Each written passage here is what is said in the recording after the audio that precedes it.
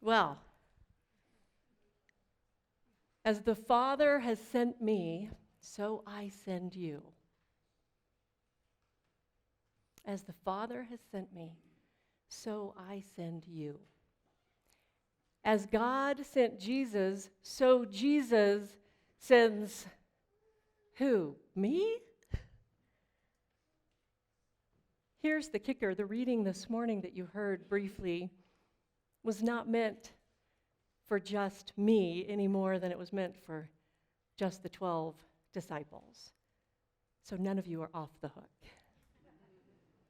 All authority in heaven and earth has been given to Jesus, and it's us that he decides to send out into the world to, get this, make disciples of all nations. You see, I really badly wish that the period at the end of that sentence was right after make disciples, because I feel like at least that is a tiny little bit of responsibility that I might be able to make good on.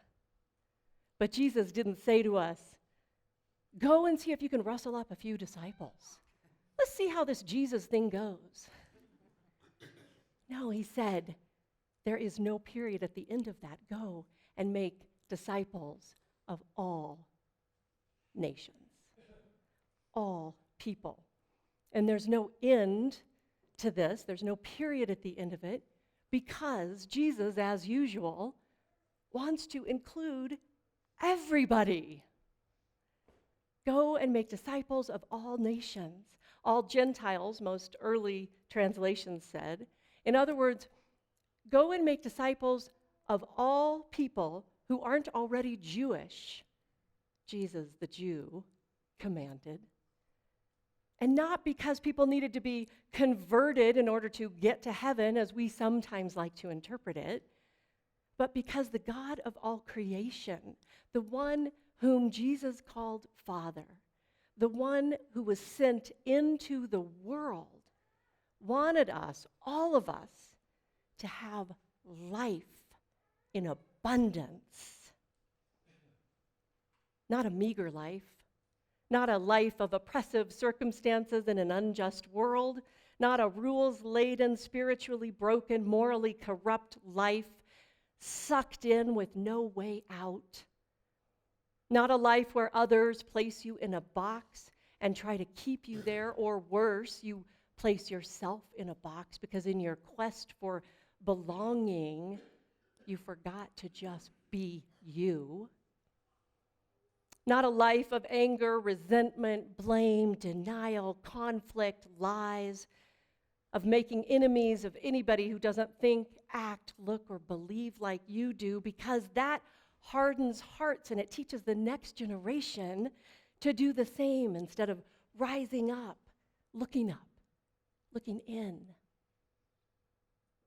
No, Jesus said, go and make disciples of all people who haven't heard the good news that God wants nothing less for you than a life in abundance. In the letter to the Romans, Paul spends an enormous amount of time trying to convey this message of life to us, this message of new life. See, there were 613 laws in the Old Testament. The ancient Israelites had these laws to help them learn how to deal with each other and with God. How were they going to be in community? How was humanity going to operate? And I don't know about them, but I know about me. And 613 laws is a lot of rules to figure out how to bend appropriately. So in his mercy, God sent Jesus to fulfill the law. Jesus, who taught us over and over again that we are no longer slaves to the law. And we're reminded in the whole of the New Testament that our religion, our worship, isn't about following rules in order to satisfy God. It's about following Jesus in order to satisfy our souls.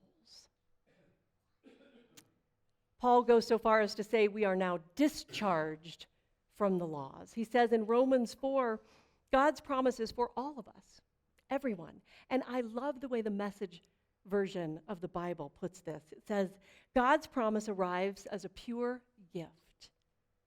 That's the only way everyone can be sure to get in on it. those who keep the religious traditions, and those who have never heard of them. Everyone is meant to get in on it. This is good news for everyone. That doesn't mean that those Mosaic laws are totally obsolete or to nullify them, but what it does mean is that we are not going to continue under the status quo. That is the message of Jesus.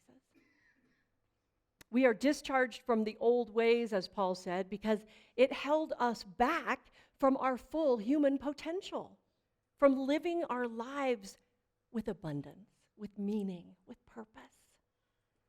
Not to mention that we so often fall prey to worshiping the law instead of the maker of it.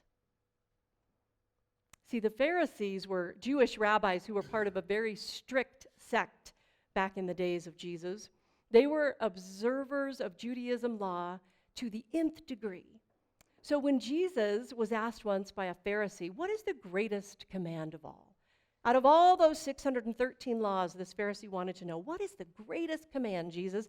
And he was probably trying to trick Jesus a little bit here to say, are you really up to date on, what we teach? And so Jesus turned to him and said, the greatest command, you all probably know this, is to love God and love others as you love yourself. That's it. Jesus said everything else that you read about, everything else that has been taught, everything that the prophets have said, it all hangs on these two things. Love God, love people as you love yourself. God's intention for human beings is now and has always been about love. And if that means breaking a few rules now and then in our minds, well, guess what? We have no farther to look than Jesus himself, who broke so many rules in the name of God's love that it got him crucified. You often hear Christians say that Jesus didn't come to start a new religion, and that's true. What he did was bust open the doors on the old one to make room for everybody. Now, some of you around here might remember the old Main Street Bakery and Cafe before it became one more place of boarded up Aspen history for us to get sentimental about. But Main Street used to have this wonderful table right up front that overlooked the windows and the streets of downtown Aspen. It was the first table on your right as you walked in. It was right next to all the chocolate eclairs and the baked bread for the day. And the thing about this table is that it was called the community table. Everyone sat together, whether they knew each other or not. Some would grudgingly sit there because the place was full. And it was not really their cup of coffee, if you will, to sit with strangers, but they did so when necessary. Others were happy little joiners who would just sort of meet up with anybody who felt like sitting there and start their day with complete strangers if they needed to. But more often than not, the restaurant itself was packed, and so the folks at the community table would just scooch over and make room for whoever walked in the door and needed a place to sit. Almost everyone eventually warmed up to the idea of a community table because in the end you recognize that you're all just there for the same glazed donuts and cup of coffee anyway. Well, sometimes we read Jesus' charge to go and make disciples of all nations as a mandate to missions and evangelization work around the globe. And that's a beautiful thing for people who are called to that. But really, it was just an invitation for the disciples to just scooch over, make room for everybody, make room for more at their table. I was raised in the Baptist church, and my mom and dad were both raised in the Baptist church. My grandparents were Baptist. Pretty much everybody in my extended family, with very few exceptions, were Baptist. And that was until my parents defected from the Baptist church. When I was about 10 years old, we suddenly just stopped going, and I was a little confused at lounging around in my jammies on Sunday mornings for a while, although we did some church shopping, as you will, and eventually found our way to a new church home. But it would be decades before I learned why we left that church. And this is the reason. You see, the elders put out a request for someone to volunteer to teach the high school Sunday school class. And my mom raised her hand. And the men of the church said, no, women are not allowed to teach males over the age of 12. Well, my mom was a persistent little thing, and she persisted. She confronted them with her resume, if you will. She said, look, I've already taught 2 years of high school, and I then got my master's degree, and I'm teaching in the English department at Colorado State University, not to mention the fact that I have 4 young children I'm raising in this church, and I'm a lifelong Baptist. And they said, no women allowed. So my mom, bless her heart, said, this is not how I want to raise my sons and my daughters. And with my dad's blessing, we went elsewhere. Because how can we in good conscience exclude 50% of the population from full participation in God's church? For that matter, how can we exclude anyone from full participation in God's church?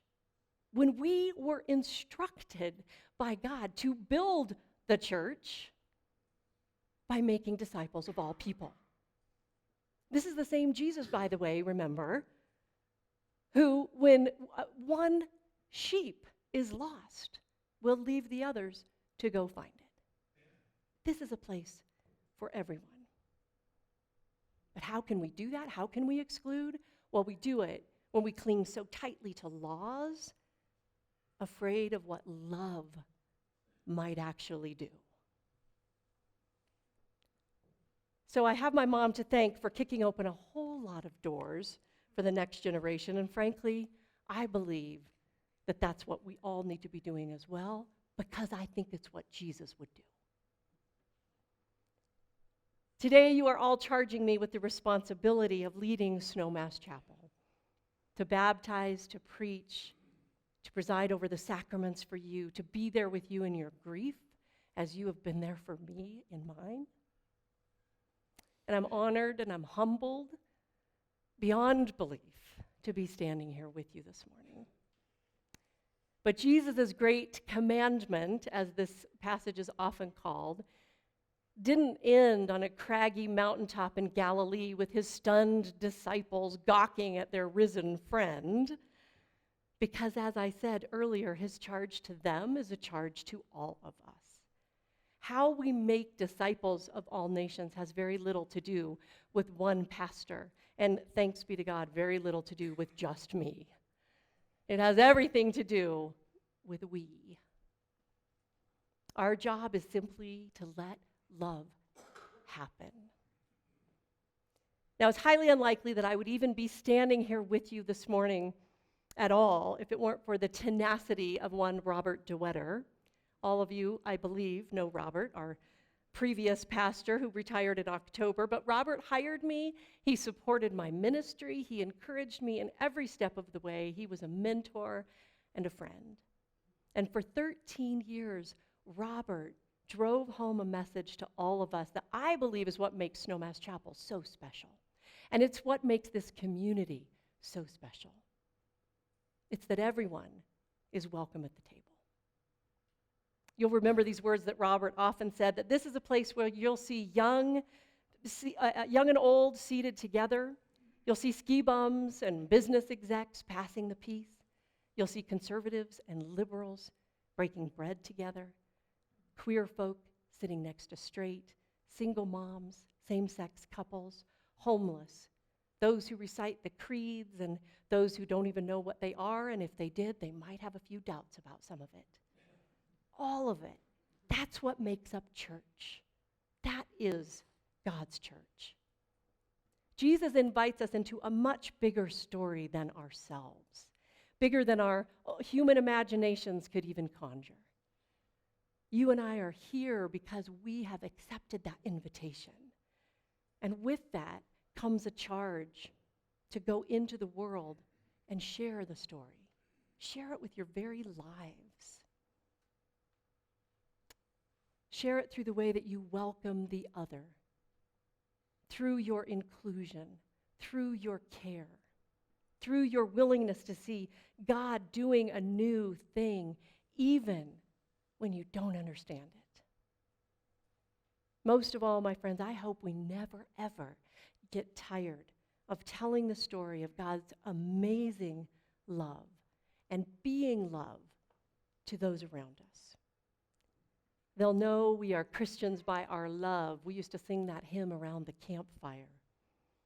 I like that a whole lot better than they'll know we are Christians by our rules, don't you? I hope that our time together here at Snowmass Chapel, however long we are blessed to have it together, is defined by unity and love. That we will make this a place where people can bring their whole selves, doubts, frustrations, fears, disappointments, hurts about religion in general even, and also bring their joys, their celebrations, their friendship, their excitement at just being together. I hope if someone is searching for a new way of worship, a new way of encountering God, a new and more abundant life, that they'll take a chance and walk across that bridge and join us here. Because I know when they do, they will meet Jesus here in all of you. Amen.